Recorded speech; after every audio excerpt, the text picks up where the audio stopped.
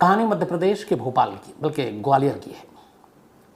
बात 31 दिसंबर, बल्कि 31 दिसंबर नहीं, 14 मार्च, इसी लास्ट मंथ की कहानी है, 2021, बल्कि 2022। 14 मार्च 2022 की तारीख थी। अनामिका मेहरा नाम की एक लेडी जिसकी उम्र 35 साल थी, वो झांसी रोड थाना, यहाँ पे वो पहुँचती, ग्वालियर में है ये झांसी रोड थाना। वहाँ जाके पुलिस से कहती है कि मेरा पति मुझे बहुत मारता है, टॉर्चर करता है और मैं बहुत परेशान हूँ, उसने मेरी जान लेने की भी कोशिश की। पुलिस को लगता है कि मियाँ बीवी का सिंपल झगड़ा है। पुलिस कहती है ठीक है, हम बुलाएंगे, डांटेंगे, हड़काएंगे। बट वो अपनी कंप्लेन करते करते फिर कहती है कि मुझे 6 महीने पहले अपने पति के कुछ डॉक्यूमेंट्स, कुछ दस्तावेज हाथ लगे हैं और उससे पता चलता है कि मेरा पति जो है वो जो दिखता है वो है नहीं, बल्कि वो एक सीरियल किलर है। पुलिस को लगा कि एक बीवी पति पत्नी का झगड़ा है, अपने पति को फंसाने की कोशिश कर रही है, तो वो भी हल्के में लेती है, कहती क्या जाओ हम सब कुछ देख लेंगे, जो भी है कंप्लेंट दे दो अपनी। बीवी कंप्लेंट देती है लेकिन कहती है कि मैं सच कह रही हूँ, 6 महीने पहले घर की सफाई के दौरान पति के बक्से से मुझे कुछ डॉक्यूमेंट्स मिले हैं और उसमें उसके नाम वाम सब अलग हैं, उसकी पहचान अलग देखी मैंने, उसकी तस्वीर अलग देखी और मुझे डाउट है कि वो एक सीरियल किलर है, क्योंकि उसने मेरी भी जान लेने की कोशिश की। अब पुलिस, जब बीवी बार बार कंप्लेंट कर रही है, फिर पुलिस ये भी है कि कल को कुछ हो जाए ऊंच नीच तो क्या करें, तो पुलिस कहती है अच्छा क्या है बताओ डिटेल। और तो बताती है कि कुछ दस्तावेज़ हैं, उसमें मुझे कुछ पैसे के लेन देन के भी मिले पैसे, मुझे लगता है उसने कई लोगों के कत्ल किए, एक 60 या 36 लाख का उसने गबन भी किया है और कुछ ऐसे भी थे जिससे पता चला कि उसके कोर्ट पुलिस स्टेशन में रिपोर्ट भी दर्ज है। एक थाना है वहाँ बिलौआ और एक इसी झांसी रोड थाना, उसने कहा यहाँ पे भी उसकी मारपीट की कंप्लेंट है। अब पुलिस को लगा कि मामला तो बड़ा आसान है, इसी पुलिस स्टेशन में है, अगर यहाँ पे कंप्लेंट है उसकी, जो दस्तावेज इसने देखा है तो उस रिकॉर्ड को चेक करते हैं। झांसी रोड पुलिस स्टेशन ने पुराने रिकॉर्ड खंगालने शुरू किए। इधर बिलौआ एक और थाना था, उसके पुलिस स्टेशन के इंचार्ज को कहा गया कि भाई एक बंदा है जिसका नाम है राजेंद्र मेहरा, ज़रा इसका कुछ पुराना रिकॉर्ड है क्या देखो। अब पुलिस रिकॉर्ड खंगालना शुरू करती है। रिकॉर्ड खंगालती है तो अचानक कुछ पुराने, करीब 5-6 साल पुराना एक मामला दिखता है, एक मारपीट का, राजेंद्र मेहरा के नाम पर। पुलिस चौंकती है कि इसकी बीवी सच कह रही है। फिर और रिकॉर्ड खंगाला जाता है तो फिर एक मिलता है धोखाधड़ी के 36 लाख रुपए का। पुलिस को लगता है कि इसकी बीवी ने जो जो कहा वो सच है। अब आखिरी चीज़ थी, सीरियल किलर है। अब उसका कोई रिकॉर्ड नहीं, लेकिन 2 चीज़ें कहीं ना कहीं इशारा कर रही थी कि पत्नी सही कह रही है और पति का कुछ गड़बड़ है। अब पुलिस ने उसकी पत्नी से बड़ी सीरियसली उसको लिया और बोला कि चलो तुम कहानी बताओ कि हुआ क्या, तुम इसको कैसे जानती हो, अब क्यों कह रही हो कि तुम्हारा ही पति सीरियल किलर है, जबकि तुम्हारे एक बेटे का बाप भी है, वो 5 साल का बच्चा हो गया था इनको। तब ये बताती है कि 2014 में वो ट्रेन से दिल्ली जा रही थी और उसी ट्रेन में उसकी मुलाकात राजेंद्र मेहरा नाम के एक नौजवान से होती है। चूँकि दिल्ली का सफ़र लंबा था, ट्रेन में बातचीत शुरू होती है। बातचीत के दौरान लगता है कि दोनों के मिजाज मिल रहे हैं। फिर वो उससे पूछता है कि तुम क्यों जा रही हो, बताती है मैं नौकरी की तलाश में जा रही हूँ। ये बताता है कि मैं भी यहीं रहने वाला हूँ, ग्वालियर का, भोपाल में भी रहा हूँ, तो मैं तुम्हारी दिल्ली में मदद करूँगा। सफ़र ख़त्म होता है, दिल्ली पहुँचते हैं, वो अपना वादा निभाता है और अनामिका को दिल्ली में एक नौकरी भी दिलवा देता है। अब अनामिका जो है बड़ी इम्प्रेस हो जाती है कि एक अजनबी जो ट्रेन में मिला उससे दोस्ती हुई और उसके बाद उसने उसके लिए इतना बड़ा काम किया, तो वो खुश हो जाती है। और इसके बाद धीरे धीरे दोनों का मिलना जुलना होता है, दोस्ती होती है और फिर दोनों तय करते हैं कि वो शादी कर लेंगे। अनामिका ग्वालियर के एक बड़े ट्रांसपोर्टर की बेटी थी, पढ़ी लिखी, सुलझी हुई, तो उसने सब कुछ देखकर उसने कहा कि अब शादी कर लेते हैं। इसी दौरान में राजेंद्र लगातार अनामिका से मिलता जुलता रहा और उसने एक शख्स को जिसका नाम कुलदीप मेहरा था उसको अपना पिता बताकर मिलाया अनामिका से, अनामिका के घर वालों से। और फिर जब सब कुछ तय हो गया तो अनामिका से उसने शादी कर ली 2014 में।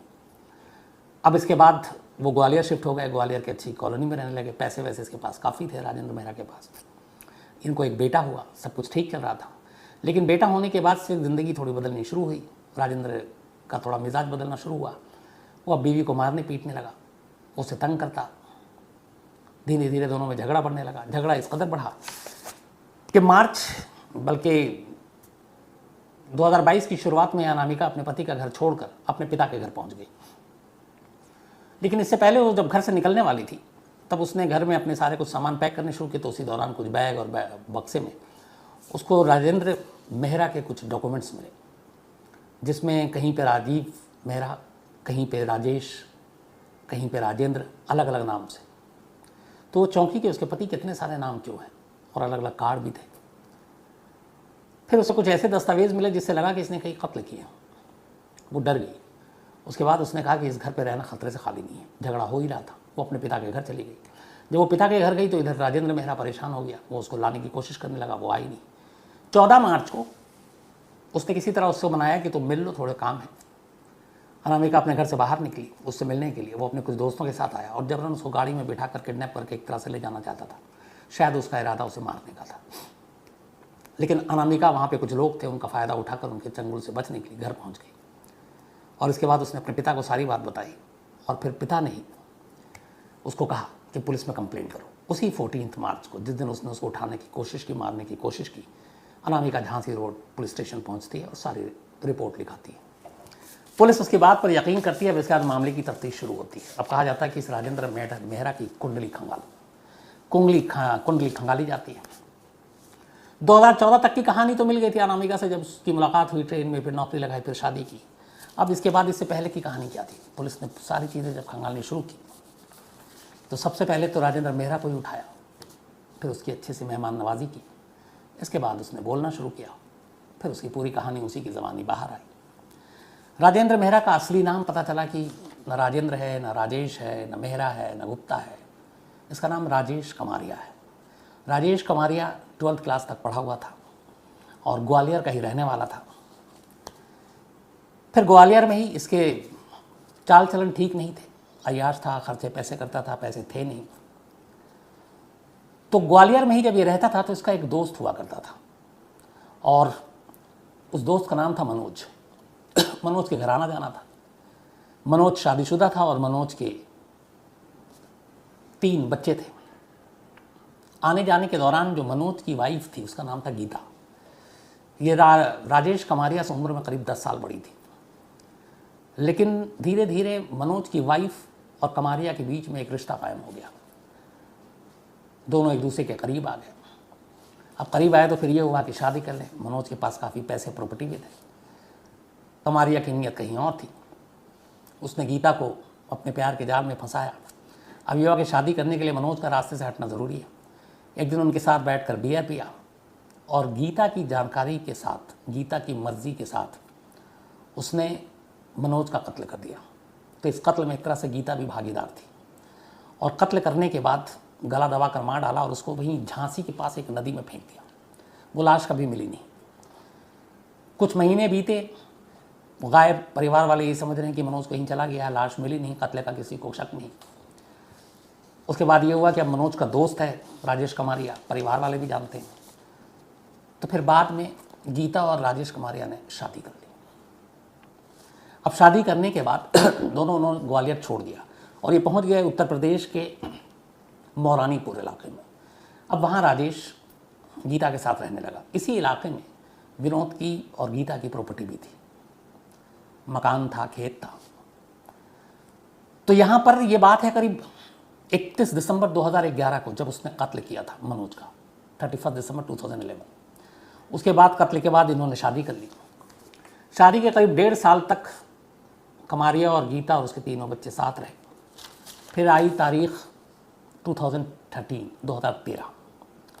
2013 में तब तक गीता को भी लगने लगा था कि इसने शायद दौलत के लिए मुझसे प्यार किया और शादी की। 2013 में गांव में ही उसने गीता का भी कत्ल कर दिया। गीता के साथ उसके बेटे निक्की और भतीजे सूरज को भी चाकू से मारा। वो उस वक्त घर में था ताकि वो चश्मदीद न रहे। और इसमें राजेश कमारिया की एक भाई और उसके जीजा ने भी मदद की थी। प्रॉपर्टी के लालच में उसने अपने भी साथ मिला लिया था। तो ये 3 उसने कत्ल और किया और इन तीनों लाशों को भी उसने इधर उधर ठिकाने लगा दिया। तो पहला कत्ल विनोद का, उसके बाद उसकी बीवी का, 2 बच्चों का, और उसके बाद फिर वो वहाँ से निकल गया ज़मीन जायदाद बेचकर। फिर ये अलग अलग इलाकों में अलग अलग नाम से भटकने लगा। एक जगह पे ये किराए में रहने लगा जिसका नाम था मोहित मेहरा। तो वहाँ उसने देखा इसका नाम मेहरा है तो इसने अपना नाम राजेंद्र मेहरा रख लिया। फिर इसके बाद ये एक और परिवार के यहाँ रहने लगा। उस परिवार के पास जब ये गया तो उसकी वो कारोबारी परिवार था। वहाँ पे भी ये मामला था, पीडब्ल्यूडी के एक रिटायर्ड इंजीनियर के मकान में ये किराए पर रहा 2012 में। और फिर उनकी पत्नी जो रिटायर्ड इंजीनियर थे वो उनके करीब आया, अपने प्यार के जाल में फंसाया। उन्होंने इस पर पैसे लुटाने शुरू किए और करीब 36 लाख रुपए इसके ऊपर लुटा दिए और उसने धोखे से ले लिए। उससे 36 लाख की रिपोर्ट भी लिखाई गई थी। इस मामले में बिलाहुआ थाने में इसके खिलाफ बाकायदा अरेस्ट वारंट भी जारी किया था, लेकिन ये अलग अलग नाम से, अलग अलग चेहरे से, अलग अलग इलाकों में घूमता फिरता रहा और पुलिस को पता ही नहीं चला। और तब तक 4 कत्ल भी कर चुके हैं। फिर 2014 में अनामिका इसकी ज़िंदगी में आती है, उससे शादी कर लेता है, एक बच्चा भी होता है। लेकिन अब अनामिका को भी रास्ते से हटाना चाहता था। अनामिका के पिता एक ट्रांसपोर्टर थे, उसके पास भी काफ़ी पैसा था, तो शायद वहाँ भी यही करता। लेकिन नसीब अच्छा था अनामिका का कि जब लड़ाई झगड़ा हुआ और उसने घर में तलाशी ली तो कुछ दस्तावेज़ मिले जिससे राजेश मेहरा, राजेंद्र या कमारिया, इसकी असलियत सामने आई। न सिर्फ उसकी जान बची बल्कि वो पुलिस स्टेशन पहुंची और इस तरह से एक बीवी के बयान पर एक सीरियल किलर पुलिस के हाथ लगा। अगर अनामिका ये सच पुलिस को न बताती तो मालूम नहीं ये सीरियल किलर और कितने लोगों को इसी तरीके से फंसाकर अपने चंगुल में जान देता। तो कायदे से ये काम कानून का था। मनोज गायब हुआ, उसकी बीवी, फिर बच्चों का कत्ल हुआ और किसी को पता ही नहीं। 2013 में हुआ, एक का तो 11 में हुआ है, तो मतलब करीब 11 से लेकर 9 साल हो गए इन 4 कत्लों को। और कानून, पुलिस सब बेखबर, शायद सब सो रहे हैं। एक आम महिला, एक आम पत्नी पुलिस के पास जाती है और तब ये केस खुलता है। तो कई बार ऐसी चीज़ों पे भी अफसोस होता है, कैसे न जाने, ये तो चलिए नोटिस में आ गया, अखबारों में भी छप गई, ये कहानी सामने भी आ गई। ऐसी न जाने कितनी कहानियाँ हैं, न जाने कितने जुर्म हैं जो होते हैं लेकिन रजिस्टर्ड नहीं है, किसी को पता ही नहीं है। न मालूम ऐसे कितने लोग हैं जो गुम हैं, जिंदा हैं कि मर गए, पता नहीं है। उनका कत्ल हुआ, कातिल कौन है, पता नहीं है। तो कहीं ना कहीं यहाँ पे कानून की लेट लतीफ़ी भी इसके लिए जिम्मेदार होती है और ऐसा होना नहीं चाहिए। तो ये थी कहानी। जो काम पुलिस को करना था वो एक बीवी ने